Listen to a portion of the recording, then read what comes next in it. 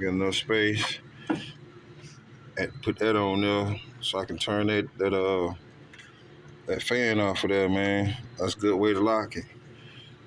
Put it up against here and cramp it on here. You gonna have to do it real tight though. But finally got some space. You know, getting prepared for tomorrow.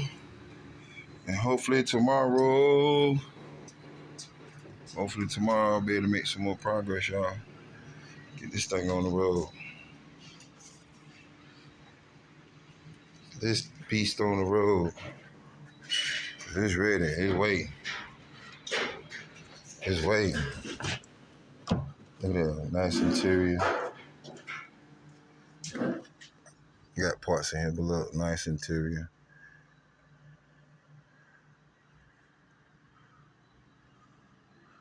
Yep. She waiting. Stay tuned.